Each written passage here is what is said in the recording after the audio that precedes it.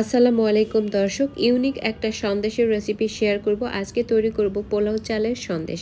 আজকের এই সন্দেশটা আমি কিভাবে তৈরি করেছি জানার জন্য পুরো ভিডিওটি প্রথম থেকে শেষ পর্যন্ত দেখার অনুরোধ থাকলো।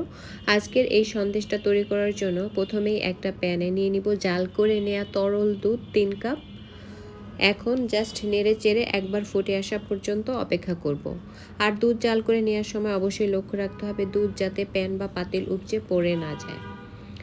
যখন দুধ ফুটতে শুরু করবে ওই পর্যায়ে এখানে আমি অ্যাড করে দিব ধুয়ে রাখা পোলাও চাল 1/4 কাপ। আর এই পোলাও চালটাকে আমি ভালো করে ধুয়ে তারপরে আধা ঘন্টার মতো ভিজিয়ে রেখেছিলাম। এখন নেড়ে চেড়ে জাল করে নিব। ফাঁকে অ্যাড করে দিয়েছি একটু লবণ, অবশ্যই একটু লবণ ব্যবহার করার চেষ্টা করবেন, এতে করে এই সন্দেশটা খেতে আরও বেশি ভালো লাগে। এখন পোলাও চালটা জাস্ট ভালো করে সেদ্ধ করে নিতে হবে, আর এমন করে সেদ্ধ করতে হবে যাতে পোলাও চালটা একদম গলে যায়। তো আমি এই পর্যায়ে কিছুটা ঘন হয়ে আসলে আমি ঢেকে দিব 6 থেকে 7 মিনিটের মতো, এবং চুলার ফ্লেমটা একদম লোতে দিয়ে দিব। এই 6-7 মিনিটের মধ্যে এই চালটা কিন্তু একদম ভালো করে সেদ্ধ হয়ে কিছুটা গলা গলা ভাব হয়ে যাবে। যখন একদম গলে গলে যাবে ওই পর্যায়ে এখানে অ্যাড করে দিব আধা কাপ পরিমাণে চিনি। চিনিটা কিন্তু কোনোভাবেই চালটা গলে যাওয়ার আগে দেয়া যাবে না, এতে করে কিন্তু চালটা একদম সেদ্ধ হতে চাইবে না। চিনিটা অ্যাড করার পরে মিশ্রণটা কিছুটা পাতলা হয়ে যাবে। ওই পর্যায়ে ভালো করে জাল করে তারপরে মিশিয়ে নিতে হবে। আমি অ্যাড করে দিয়েছি 1/4 কাপ কিশমিশ। এবারে জাল করে নিব মিশ্রণটা কিছুটা ঘন হয়ে যাওয়া পর্যন্ত।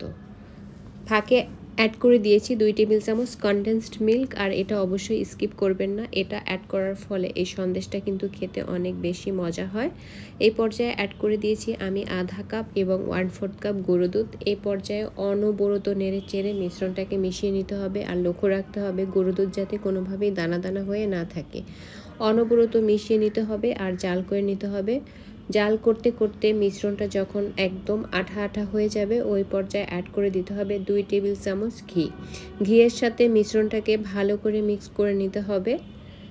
মেশাতে মেশাতে একটা পর্যায়ে আপনারা লক্ষ্য করবেন যে এই মিশ্রণটা অনেকটা শক্ত হয়ে যাচ্ছে এবং প্যানের গা ছেড়ে ছেড়ে চলে আসছে।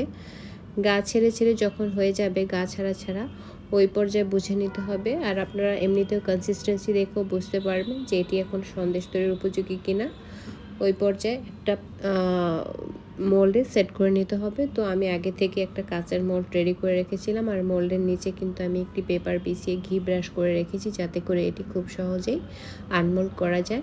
আর তারপরে নর্মাল ফ্রিজে 2 ঘন্টা রেখে সেট করে নিয়েছি। এখন আনমোল্ড করে কেটে পরিবেশন করে নিব। আমার আজকের এই সহজ রেসিপি ভালো লাগলে আমার চ্যানেলটি সাবস্ক্রাইব করে রাখবেন, পেজটি ফলো দিয়ে রাখবেন।